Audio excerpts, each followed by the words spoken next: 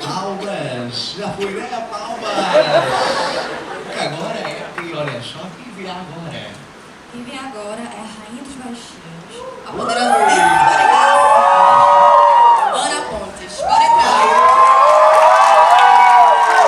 Primeiro quero dizer a todo mundo que me trollou, inclusive com a música errada, que tá perdoado. Segundo, que depois de certa idade a gente deve fazer certas coisas. Algo me dizia que ia dar tudo errado, entendeu? Mas eu agradeço as meninas, né, que vieram me salvar dessa trollada histórica. E a gente pode começar pelo menos agora o grito que não saiu. Melhor pessoa!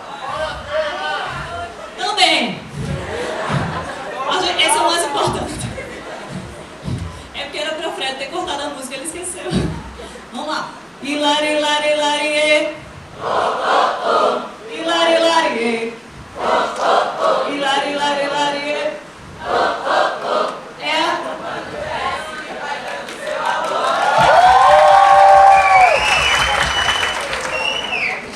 Pessoal, aqui é novinho, eu tenho menos de 18 anos, eu sinto muito não entender a referência, mas faz parte. Pois bem, vamos lá? A gente sempre repete, né? Porque parece que ela não tá ouvindo. Pessoal, antes de mais nada...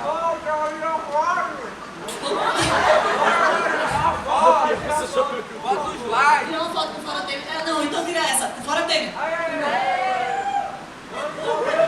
A gente podia até fazer um grito único agora, né? Porque eu acho que isso deve entrar nas vantagens. É 1, é 2, é 3. Fora TV! Fora PEC também, né? Mas vamos lá. Pessoal, todos os anos eu sou professora de redação, para quem não me conhece, né? Para quem me conhece, valeu a trollada. Mas enfim, todos os anos, no início, na verdade, porque eu sou a professora mais... Como é que a gente pode dizer isso? Como eu sou a professora mais experiente da turma, né, eu me recusava, eu usava o meu passe da velhice para não me fantasiar. Só que aí as coisas mudam, né? A gente vai vendo que a vida é breve, daqui a pouco acaba, micos existem para serem pagadas, e faz parte, se eu rio do mico dos outros, eu tenho que, né, também oferecer minha cota de sacrifício. Ano passado, o personagem que foi votado foi Hermione, esse ano o personagem foi Xuxa, né? E a ideia era Lua de Cristal, por isso, né? Só que eu pensei, estava preocupada, que eu pensei, acho que a maior parte não acompanhou esse terror do cinema brasileiro. Mas se vale dizer, ele praticamente, quanto ele faturou de bilheteria só foi ultrapassado por 2 filhos de Francisco.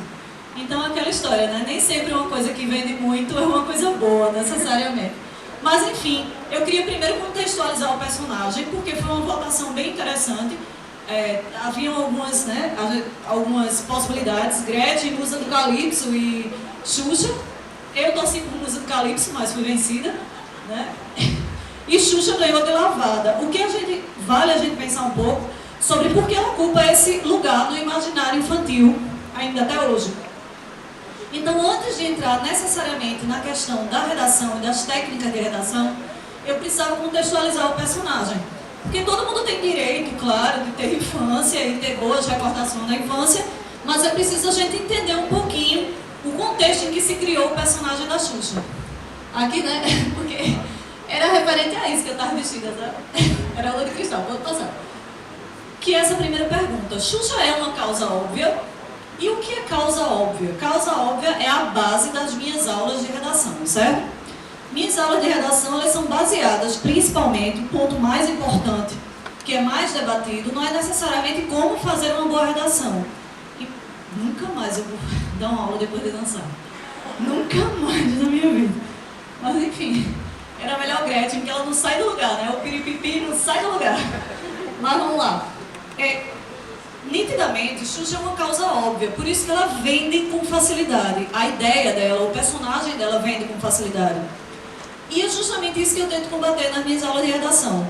é a gente se descolar, é a gente sair adiante das nossas perspectivas, que nós normalmente temos, das causas óbvias. As causas óbvias é como o fast food. Faz sucesso porque entrega rápido e porque é algo que você come rapidamente também. E o gosto, aparentemente, é fácil, é palatável. E isso é uma coisa que a gente precisa problematizar. A maior parte das redações ruins, elas não são ruins porque a pessoa escreve mal necessariamente. Mas elas são ruins porque, na maior parte das vezes, ela é baseada em explicações óbvias, leituras óbvias da realidade. Um ponto interessante a respeito dela é que, se a gente for observar, a Xuxa é uma causa óbvia. Uma causa óbvia seria aquela que se mantém presa à superfície. Ela ativa seu mecanismo de emoção e aceitação, não contesta a estrutura social ao seu redor, pelo contrário, reforça sob um manto de aparente normalidade. É aquela coisa de assim, a Xuxa fez isso, mas poxa, olha só a carinha dela. É meio que a síndrome do gato de Shrek, né? Mas coitadinho, é aquela vulnerabilização, é aquela sensação de que aquilo é tão bem, aquele embrulho é tão bonitinho, é tão bonzinho para você que não dá para você fazer de forma diferente. Então, a melhor maneira de evitar que as coisas mudem é naturalizar a realidade. Uma realidade negativa para alguns grupos. Então, você naturalizando a realidade, você coloca toda a responsabilidade pela mudança numa postura inofensiva, ou seja, são medidas inócuas que de verdade não interferem na estrutura da realidade, mas que elas dão uma espécie de cosmética, uma cosmetologia sobre aquela realidade.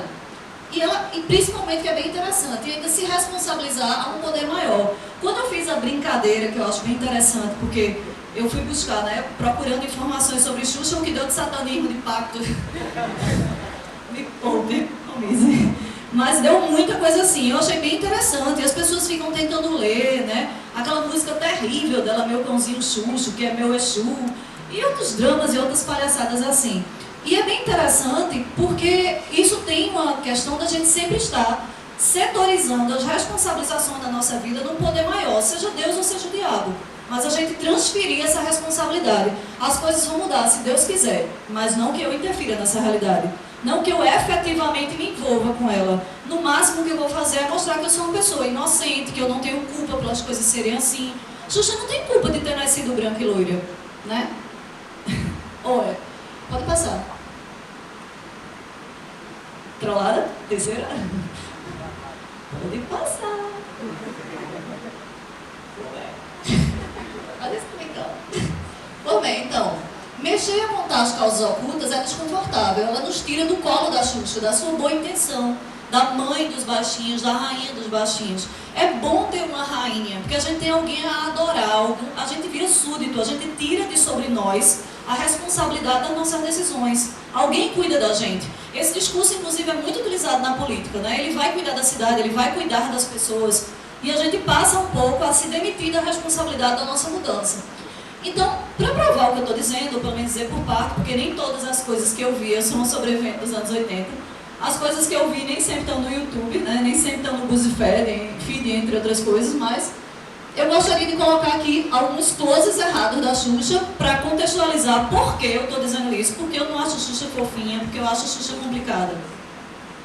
Temos só 5 closes, mas se eu fosse fazer todos os closes, daria muito mais de 5, né? Vamos lá. Primeiro close, né? O close clássico. Xuxa é toda construída em padrões eurocêntricos, né? Que vocês sabem que isso dentro de uma realidade como a nossa, que a gente tem uma sociedade extremamente miscigenada e que ela determinou determinadas características. Eu vou até corrigir minha fala. Ela não necessariamente, eu não acredito que uma moça suburbana sem muita formação fosse necessariamente a pessoa que engendra esse padrão. Sem falar que os anos 80 realmente foram muito loucos. Mas assim, ela reforçou em milhares de meninas durante muitos anos, cerca de 20 anos, a ideia de que o padrão correto era ser branca e loira e um tom de loiro nórdico, né? Não podia ser qualquer loira. O que é interessante, eu gosto dessa foto, porque as paquitas assim, estão claramente, hoje em dia nós temos uma gama muito maior de tinta de cabelo, mas olha que cores horríveis. Né? Olha que coisa assim, bem loira de farmácia da época. Mas esse era o padrão de beleza. Imagine como se sentiu durante 20 anos as meninas negras do Brasil. Imagina como se sentiram as meninas, nem necessariamente, não precisava. Existia um padrão bem interessante, que era, se você for morena, do cabelo escuro, você pinta. E se você vai fazer o que com a sua pele, com o seu tom de pele? Né? Era uma coisa que poderia, deveria ter sido combatida e não foi. Durante muitos anos a coisa foi assim. Inclusive a própria Xuxa, né? Que ela tem um cabelo bem mais escuro do que aparente, do que era demonstrado. Né? E era uma coisa tão, digamos, eu não gosto desse termo, mas era uma coisa tão bipolar, tão fora da realidade, que ela dava entrevistas explicando como tornar o cabelo mais claro naturalmente. Xuxa, cabelo mais claro naturalmente. Não dava, né? Não casava. O cabelo dela, obviamente, é altamente descolorido, né? Pode passar. Aqui é uma montada que começou depois da internet, né? O lado bom da internet é que antes não havia o diálogo. As pessoas diziam o que queriam e os debates ficavam a boca miúda. Na internet, os debates ganham outra amplidão. É o grande palanque humano para o bem e para o mal, porque os idiotas também, né, dominam as redes. Enfim, aí ela vai e publica essa foto. Você não precisa ser negro para lutar contra o racismo. Aí alguém, né, dá a resposta bem bonitinha. E as paquitas pretas vai estar tendo? Aí logo a seguinte que eu acho melhor, né? Diversidade das paquitas, étnica das paquitas foi algo que sempre me encantou, só que não. E aquelas paquitas negras com super cabelos Black Power, que eu super me identificava e tal. Erro 404. Né? Enfim, pode passar. Segundo close, né? Esse é um close extremamente delicado, mas que também entra na questão racial, que é que ela se passou para ser troféu palmito de um jogador que foi capaz de falar de si na primeira pessoa, ou na terceira pessoa, né? O Pelé, né? Ele, para quem não sabe, para quem não acompanhou esse cidadão, ele tem esse hábito de falar de si mesmo na terceira pessoa, além de ter várias closes. Ele próprio é um close errado vivo, né? Ele é aquela pessoa assim que dá um modelo. Como é que eu posso ser um cara que só dá close errado? Nasce a Pelé, praticamente, né? E as pessoas dizem assim, mas o que importa é ele como esporte, não sei o que, não sei lá. Essa também é uma maneira de deslocar o problema bem interessante. Pode passar. Aqui é interessante, vocês viram que era o cabelo original dela, né? Até um tom bonito e tudo. Pois bem, close 3, né? Ela entendia tudo de etnias indígenas, né? E respeitava também. Aqui está uma das inúmeras apresentações da música dela, Vamos Brincar de Índio. Teve uma, se vocês quiserem ver o vídeo, né? Que ela traz uma tribo indígena brasileira. Ela não, eu não coloco mais a equipe, enfim. Traz uma tribo indígena que está pensando, what the fuck, né? Ali. E ela vestida de índio silks, né? Só um detalhe que eu acho bem interessante. Quando ela botava essa roupa, olha as franjas. Não vê que os índios brasileiros usam exatamente isso. Deve ser nas noites frias. Enfim. E aqui tem ela com outras crianças, puxando as crianças para brincar, né? E a criança com uma cara que te conheço, que eu acho bem interessante. E isso mostra um pouco, quer dizer, você tem uma oportunidade, você tem um palco, você tem um espaço, e você usa ele para dar o pior close possível, né? Pode passar. Close 4, que eu acho bem interessante, né? O que eu acho close ótimo. Que eu acho, inclusive, que parece uma espécie de turning point na maneira dela lidar com as relações das redes sociais. Que é quando ela briga porque a filha dela falou uma palavra errada, disse, vou filmar uma cena, aí bota uma cena com S. Aí o pessoal começa a tirar onda, que também está errado, né? Você perseguir uma criança por causa de um erro, né? Todo mundo estava errado também. Mas assim, aí ela responde isso aqui. Ela perdeu uma chance, né? Veja que coisa legal, ela poderia dizer, segundo Marcos Wagner, preconceito linguístico, o que é o que se faz, né? Normalmente as pessoas que corrigem o erro de grafia ou de gramática da outra pessoa também cometem erros, apenas erros mais sofisticados, que como não são percebidos pela maior parte da população, há uma tendência de você rir de quem fala bicicleta, mas não rir de uma pessoa que fala, por exemplo, haviam muitos... Ninguém nem percebe esse erro, não é interessante? Mas são erros também. O que faz você hierarquizar esse erro? Essa é a teoria muito apertada síntese, né, de Marcos Wagner. E aí, em vez dela chegar, aproveitar a ocasião e dizer, segundo Marcos Wagner, vocês estão corrigindo minha criança e tal, o que ela responde? Para quem não sabe, minha filha foi alfabetizada em inglês. Vou pensar muito em colocar ela para falar com vocês. Ela não merece ouvir certas merdas. Aí o pessoal continua xingando, aí ela responde, né, o clássico, virou praticamente uma resposta da internet brasileira, né? Vocês não merecem falar comigo nem com meu anjo. Anjo, vocês. É bem interessante. Bom, agora vamos aos slides, é o que interessa, né? Dicas de redação. Foi para isso que vocês vieram, não foi para ouvirem problematização de Xuxa, mas, enfim, faz parte. Como é que eu faço uma redação? Primeira pergunta. Muitas pessoas chegam para mim, normalmente, na primeira pergunta. bem, muitas pessoas chegam para mim na primeira aula e no início eu praticamente evitava essas perguntas, né?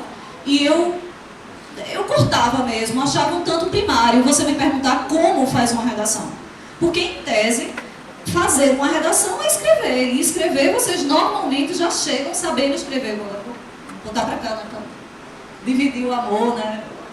Aquela coisa toda, às vezes com baixinhos podem ficar meio magoados. Pois bem, então é uma coisa interessante porque eu pensava que isso não se traduzia numa dúvida real, efetivamente, que as pessoas realmente não entendessem como começar, como escrever ou coisa desse tipo. Depois eu percebi que sim, era uma dúvida real. Muitas pessoas travam, não sabem como é que é feita a estrutura da redação. Então eu gosto de usar a metáfora do bolo, né? Porque um bolo é uma coisa que quase a maior parte das pessoas já se arriscou a fazer, ou pelo menos a comer. E praticamente todos os bolos levam 3 tipos de ingredientes, não necessariamente esses, mas praticamente todos os bolos levam uma farinha, que é o conteúdo, o ovo, que é um elemento de ligação, ou pode ser gordura vegetal, ou pode ser qualquer outra coisa aí, sei lá, que você coloque, e o leite, ou a Coca-Cola, ou... Coca-Cola, tem bolo de Coca-Cola, tem bolo de cerveja, tem muita coisa aí, o pessoal inova, né? Pois bem, então você pode usar outro líquido, ou se você for vegetariano, por exemplo, você pode usar leite de cereais, né? Tem muita coisa por aí legal. Pois bem, mas o que são esses elementos? Na verdade é conteúdo, coesão, que é o elemento de ligação, e é para isso que um ovo, por exemplo, serve num bolo, é para dar ligação, para poder ligar os ingredientes. E a fluidez, que é o líquido necessariamente. Praticamente eu desconheço bolos que não levem um desses ingredientes. Pode não levar farinha de trigo, mas leva outro tipo de farinha, ou farináceo, ou coisa assim. Pode passar. Então, tem alguns pontos que eu não sou professora necessariamente de gramática, eu leciono, para quem não sabe, né, para não passar mais. Para quem não sabe, eu não leciono gramática, embora eu corrija esses erros, normalmente, nas redações, mas existem alguns erros que, por tanto se repetirem, eu começo a, digamos assim, relembrar quando a gente conversa sobre como escrever bem. Os elementos de coesão e de fluidez, eles geralmente se conseguem, nesse caso, prestando atenção à forma. Parece uma coisa pequena, eu até pensei em fazer, mas não ia fazer essa chochada aqui, que eu pensei, né? Já que Xuxa distribuía brinquedos, eu distribuí aqui caderninhos de caligrafia. Até pensei nisso, mas ninguém merece, né? Mas algumas pessoas merecem, algumas. Cadê, cara? Mas você escreve muito bem. Pois bem, só a letra aqui. Tem muita gente que diz assim, hoje em dia ninguém mais liga, ninguém precisa fazer caligrafia. Efetivamente sim, porque o que se questiona na caligrafia é a padronização da letra. Você não precisa de uma padronização da letra. O que você efetivamente precisa é de uma letra clara, não necessariamente um padrão. Então, a letra clara, ela conta sim. Porque quando a letra ela é colocada, ela é feita de uma maneira que você possa identificar o que a pessoa está querendo dizer. Uma troca de uma palavra, por exemplo, pode acontecer se você não entender a letra de alguém. E se o corretor não entender, ele não vai, logicamente, no seu caso, super cuidar para que você tenha a melhor nota. Não é interesse dele, é interesse seu. Então, letra clara conta, acentuação no lugar certo, sem dúvida, que é uma coisa que às vezes as pessoas deixam passar batido, mas é interessante. Muita gente coloca, eu já chamei a atenção, vou chamar a atenção mais uma vez, né, bebê? O tio. Minha gente, muita gente tem o hábito de colocar o tio unindo as duas últimas, o A e o ão, por exemplo. Isso é um erro, porque o tio é colocado na primeira vogal, nunca na segunda nem entre as duas. Isso é considerado um erro de acentuação como outro qualquer. Então, muito cuidado onde você coloca. Outra coisa é deixar claro mesmo. Por exemplo, você vai colocar um circunflexo, deixe claro, não deixe ele parecendo com um tio ou parecendo com outro. Tome cuidado na clareza da acentuação, esse é um ponto importante. Outro ponto também interessante, as pessoas erram muito, evite períodos longos e excessos de vírgula. Use ponto sem medo. Não tenha medo, você não precisa começar um novo parágrafo só porque você fez um ponto. Pontue e continue na mesma linha. Mas faça dessa forma, até porque você melhora, digamos assim, a sua clareza. Você torna o seu período mais curto e as pessoas entendem melhor. Tem um segundo ponto fundamental, que acontece muito, que é... Você faz um período tão longo que você começa com um verbo no singular e termina com ele no plural. Você erra a concordância de graça, numa coisa que você normalmente não erraria. Você não erraria a concordância, mas dessa vez você erra porque você fez um período longo demais e você praticamente esqueceu com que verbo você começou.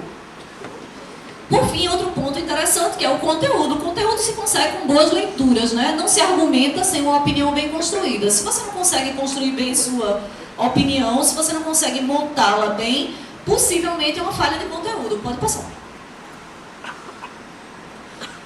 Pois bem, vamos lá? Pode passar. Pronto, eu diria algumas sugestões aqui, para quem ainda está querendo correr atrás do conteúdo desesperadamente, que diz assim, poxa, eu tenho algumas falhas, tenho alguns assuntos que eu não domino. Uma maneira rápida de você fazer isso, já que a gente já está bastante em cima para o Enem, é seguir algumas pessoas que eu pessoalmente tenho na minha linha de alimentação e que eu acho super válidas por vários assuntos, em várias temáticas. Pessoalmente, eu gosto de seguir Stephanie Ribeiro, que é uma feminista negra bastante interessante. Eu coloco essa questão de ser feminista negra por conta de uma linha, não necessariamente por ela ser negra, ok? Então é interessante, tem muita coisa boa, ela é muito inteligente. É naquela hora, inclusive, que você vai sentir uma certa dor, porque você vai ver que uma moça de 22, 23 anos tem melhor construção emocional, social, etc., do que você, mesmo enfrentando uma sociedade racista, misógina, etc. Laura Astrolábio, que é uma advogada também, feminista, bem interessante, ela também discute as questões do feminismo negro, porque vamos combinar, feminismo que não é interseccional não é feminismo, né? Não, sinceramente, desculpem as amigas de outras vertentes, mas é uma opinião bem pessoal. Sakamoto, sempre, né? É muito interessante, Leonardo Sakamoto, e outra coisa que ele tem bem interessante é que ele, quando acontece algo novo, uma informação qualquer, no mesmo dia praticamente ele vai e coloca uma análise política, ou seja, ele é bom de acompanhar porque ele está sempre atento a tudo que acontece e as análises dele são imediatas, certo? Então isso é uma coisa bastante importante, porque a gente precisa desse imediatismo. Erika Takamoto também, que é super interessante, ela é uma professora de física com doutorado em filosofia, né? Que ensina no IFEP do Rio de Janeiro, uma pessoa bem interessante, além de ser muito engraçada. Vocês vão adorar os textos dela, são leves, agradáveis, interessantes e inteligentes. Luiz Felipe Miguel, eu sigo também, é um professor da UNB de Direito, é uma pessoa que explica as questões de direito com capacidade incrível, muito clara, principalmente as questões políticas. Mesmo que você não seja da área do direito, você vai curtir, você vai entender. Eu pessoalmente sou da área de direito, para quem não sabe, né? E cheguei aqui nisso. Quando eu digo que eu sou da área de direito, eu olho assim, eu digo, rapaz, onde é que eu cheguei, se meus colegas me vissem? Por bem, então, Luiz Felipe Miguel, super recomendo. E as páginas Diário do Centro do Mundo, Mídia Ninja, para você sair um pouco daquelas coisas que todo mundo, né, volta a dizer, das causas óbvias. Mídia Ninja, jornalistas livres, de olho nos ruralistas, é bem interessante para quem quer acompanhar as questões agrárias brasileiras, né? Agrárias de terra, disputa de terra. Jalé 10, que é o melhor ever site que vocês possam imaginar para discutir questões raciais, culturais, etc. E um monte delas. Esse site é aquele que você deve tirar uma tarde e uma noite, e em vez de você estar fazendo maratona de Netflix, né? Você deveria estar fazendo maratona de Jalé 10, nessa altura sim. Pois bem, feminismo no Paint, que eu acho bem engraçado, é feminismo radical. Eu não me identifico necessariamente com essa linha, mas eles trazem coisas bastante interessantes, elas trazem coisas bastante interessantes. Comissão Pastoral da Terra, para quem quer entender sobre trabalho escravo, para quem quer se entender sobre as questões de latifúndio no Brasil, para as questões fundiárias no Brasil, muito bom. The Intercept Brasil, que é muito interessante, certo? É bem informações, bem Intercept mesmo, naquele estilo, né? Como é o nome daquele filme do DiCaprio? Origem. Pois bem.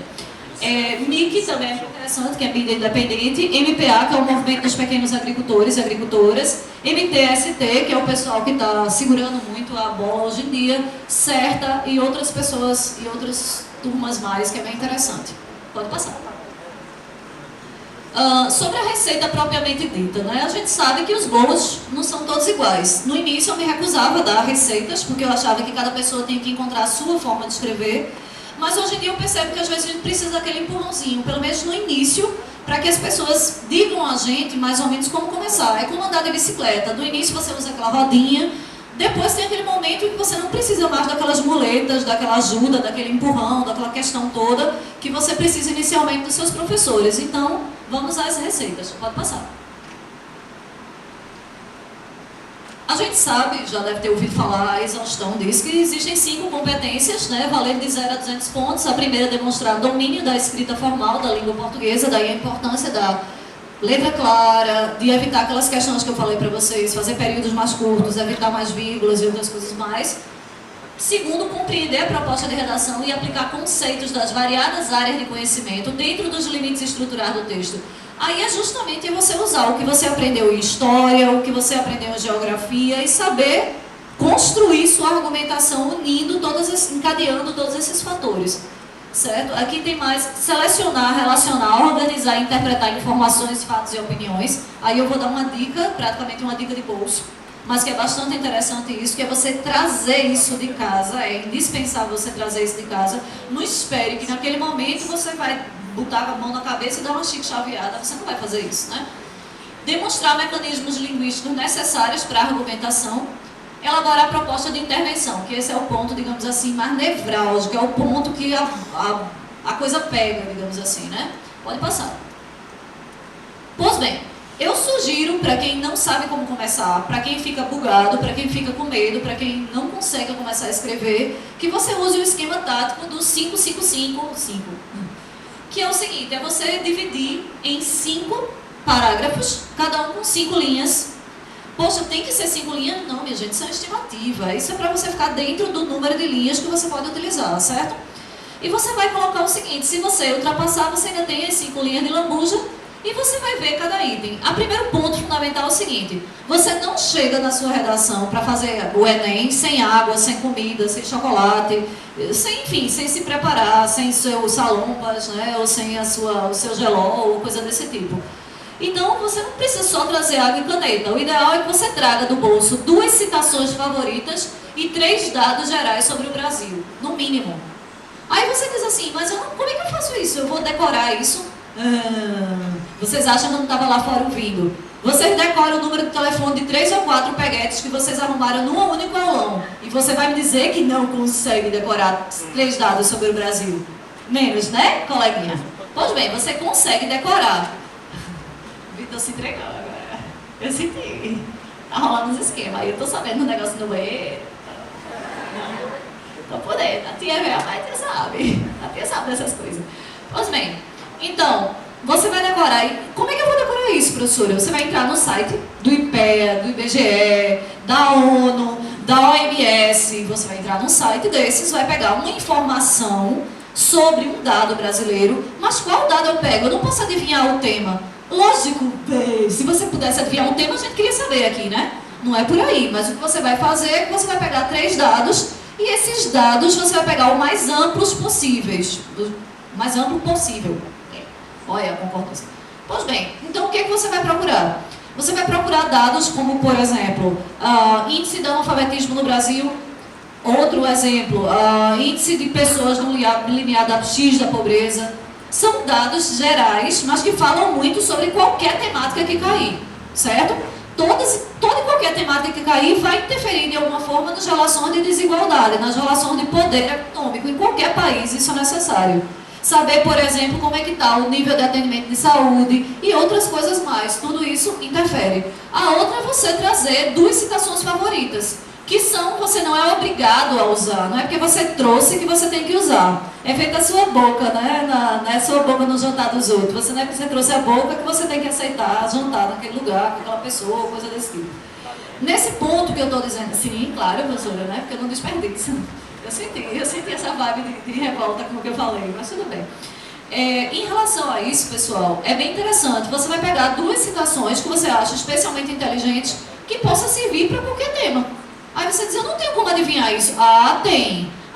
Porque você normalmente decora. Você consegue decorar a música da Musa do Calypso todinha. Você vai me dizer que não consegue decorar 2 citações, né?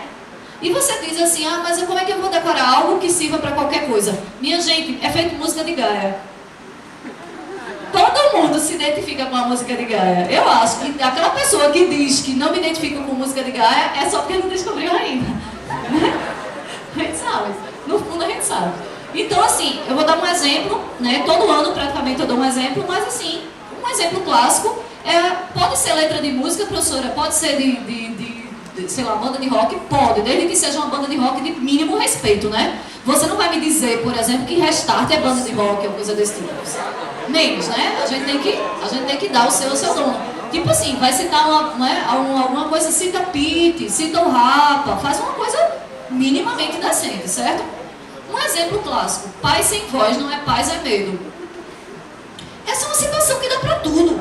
Se cair questão de saúde, cabe, a paz sem voz não é paz, é medo. Se cair uma questão de educação sobre isso, vai cair também, entra também. E assim por diante. Então, existem inúmeras situações que você pode utilizar. Pode passar. 10 minutos. Pô, bem, tá bonitinho. Isso aqui é a sua citação de bolso. Só não vale levar seu rabo no esteiro de bolso, né? Então, você pode começar a sua introdução de variadas formas. Contextualização contemporânea. Você pode falar sobre o panorama atual. Contextualização histórica, você pode falar dos últimos, usando o que você aprendeu, né, na aula de história, na aula de geografia, e você pode falar sobre, naquela temática, quais são as coisas anteriores que aconteceram, citar um dado do IBGE, do IPEA, por exemplo, e dialogar com ele, porque eu sei que a maior parte das paúras, dos medos, acontecem no início. Então é nesse momento que você pode jogar uma frase que não seja sua, um dado que não seja seu, e dialogar com ele. Ou usar uma boa citação e envolvê-la com o tema. Pode passar. Primeiro parágrafo, você vai colocar a sua tese, ou também pode ser os prós daquela situação. Quais avanços existentes, quais pontos positivos daquele problema, daquele tema. Não existe tema que não seja um problema, óbvio, senão não seria um tema, né? Todo tema tem que ter um problema, tem que ter um bojo de se discutir. Frequentemente, a ponta do iceberg, ou seja, é a causa visível, é que ela é posta na temática e nos textos de apoio. Evite, porém, sempre se fixar nas causas óbvias, porque elas sempre conduzem a soluções óbvias. Soluções óbvias nunca resolveram problemas. É como a maquiagem da Xuxa, vai manter aquela coisa, tipo assim, mas olha, a Xuxa está aumentando a situação de racismo. Ah, mas ela é tão boazinha, né? Ela não faz mal a ninguém. Aí fica sempre na superfície, pode mudar. No segundo parágrafo é a antítese. Eu não escolhi a imagem por acaso, mas é quando você precisa raspar a pintura para ver o que efetivamente tem por dentro daquilo ali. O que é que tem por baixo? O que é que efetivamente faz com que aquela coisa chegue naquele estado de coisas, né? Que aquela situação chegue naquele estado especificamente. Os contras daquela situação, os desafios para que o mundo que queremos, ou os pontos negativos daquele problema que foi posto. Anotaram, nós já estamos aqui no terceiro parágrafo, né? Não se trata de você ser pessimista, mas é o momento de você encontrar as verdadeiras causas do problema, que é o que eu chamo de causas ocultas. É arranhar a pintura e além do que se vê. Pode passar. No parágrafo, você vai ligar todos esses pontos que você inicialmente espalhou ou estruturou na sua redação. O terceiro parágrafo, que muitas pessoas pensam inicialmente, que eu acho bem interessante, que já é para ir caminhando para o fim, e não é exatamente, é a síntese. É o momento de você fazer a conexão. Você vai explicar por que são aquelas causas que você acabou de falar no parágrafo anterior, que são as causas ocultas, ou as causas menos visíveis, que impedem que o problema seja adequadamente resolvido. E se você for realmente ninja, você ainda vai explicar o porquê que essas causas são propositalmente invisibilizadas. Você não é obrigado a explicar o porquê. Mas a partir do momento que você traz à tona uma causa que normalmente é escondida, já é uma maneira de você se destacar. A sua redação já sai de qualquer outro padrão. Eu gosto de dar um exemplo para explicar isso, que eu acho bem interessante. Quando a pessoa diz assim, o problema do transporte público. O que seria uma solução ou vir enxergar a causa óbvia? A causa óbvia tem pouco ônibus. Essa é uma causa óbvia. Será que o problema é encher mais de ônibus? Ou o problema é discutir mobilidade na cidade? Outras formas de se mover? Ou talvez o problema maior seja discutir a quem é dada a concessão dos ônibus na cidade? Porque sempre as mesmas famílias. E o que isso significa das relações de poder que são construídas entre o executivo e as políticas públicas? E por que isso faz brecar, por exemplo, o desenvolvimento do metrô? E outras coisas mais. Entende? Se arranhar a realidade. Pode passar. Quarto parágrafo é uma coisa que as pessoas às vezes se surpreendem com essa minha sugestão, mas trust me, acredite em mim. É você fazer as considerações finais. Na verdade, você dizia soluções, professora. Não é hora de dar soluções ainda. Quando foi que você sentiu confiança com alguém que deu uma solução para você, sem nem sequer ver se você foi capaz de fazer o perfil daquela situação antes? Ou seja, de você juntar todas as pecinhas e você dar um retrato da realidade. E aí sim é a hora de dar a sua opinião. Até então você não deu sua opinião, você só fez análises. Você só fez leituras do que estava acontecendo. Aqui é o momento em que você opina, obviamente sem usar a primeira pessoa, ou eu, né? Nesse momento você vai traçar um panorama geral do problema. Ou seja, é o momento que você vai explicar por que as coisas são assim. Pode passar? Até que chega o quinto e último, que são as soluções. Solução não é admoestação. As frases, o governo deve, as escolas deviam, ou é preciso uma conscientização. Olha, minha gente, eu tenho vontade... Não ia dizer uma palavra, não pode não. Eu tenho vontade, às vezes, assim, sabe, de dizer, meus olhos, quando alguém vem dizer assim, vamos dar palestras em escolas. Faça isso, não. Vamos fazer uma... E é justamente aí que a leitura daqueles sites, que a leitura de mundo ajuda você. Esse tipo de solução não te pertence. Não pertence a nenhum de vocês, pode passar. A verdadeira solução sobre qualquer problema social, ele vai muito além de meras podemos fazer isso, devemos todos juntos. Minha gente, isso é a letra do We Are World. Vocês também não pegaram essa piada, eu sei. Foda. Obrigada. We are the children. Vamos fazer uma campanha. Por bem, problemas complexos não se resolvem com soluções únicas. Garanta que a sua solução, aí vem a parte mais importante. E como é que eu faço uma solução decente, professora? Primeiro, não seja uma solução, e no mínimo 3. Problemas complexos nunca se resolvem com uma solução única. A única coisa que resolve na vida é tiro. Mas não resolve, né? E a maior parte das pessoas acreditam na vida após a morte, então, né? Não vai resolver mesmo. Primeiro, não seja uma, pelo menos 3 soluções coesas e interligadas. Segundo, observe a responsabilização do agente. Não diga o governo. Você está dizendo que governo? Municipal, estadual, federal? Identifique os agentes que vão trabalhar na sua solução. Observe a responsabilização do agente, explicando quem fará, o que fará e se a responsabilidade é desse agente público ou privado. Aí eu não sei, professora, estude. É justamente aí que eu digo que falta o conteúdo. Terceiro, englobe perspectivas de curto, médio e longo prazo.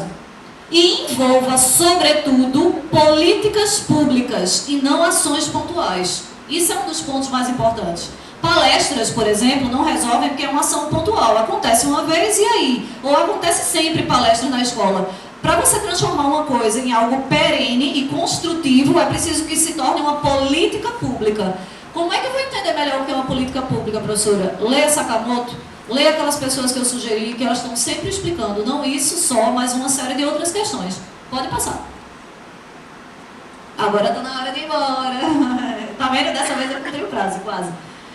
Bom, fazer as perguntas certas sobre a pauta, que coloquem para você, pode até ser inteligente. É meio você responder o Enem. Respondi bem a redação, a pauta que me colocaram. Mas a questão na vida, e não apenas no Enem, e o Enem é só uma etapa da vida de vocês, uma das coisas que eu mais me orgulho, a razão pela qual eu estou há tantos anos no VS e vou continuar, é porque eu entendo que o VS não é uma formação de redação. Nós estamos aqui para formar um exército rebelde, né? Nós somos suricatos, violentos. Por fim, minha gente, eu gosto de deixar essa imagem, que eu acho ela bastante inspiradora, né? É bem interessante, não sei para quem conhece, isso é do período do pessoal enfim, dos secundaristas, a luta dos secundaristas. Esse guarda ficou bem famoso por esse aspecto malhado, mas essa menina me chamou muito mais atenção. Ela é literalmente a emergência do porvir, a emergência de tudo aquilo que efetivamente pode arranhar a realidade e trazer as causas ocultas à superfície. Nesse ponto é bem interessante, porque não basta você discutir a pauta que lhe botam, né? Sobretudo você se torna diferente, você se torna alguém contestador de verdade, que é capaz de refletir, quando você discute quem determinou a pauta, porque são aqueles e não outros assuntos que foram colocados para discussão, e qual o seu lugar verdadeiro no mundo, dentro e fora das pautas do mundo inteiro. Saudações aos que têm coragem, muito obrigada pela paciência de vocês. Até a próxima.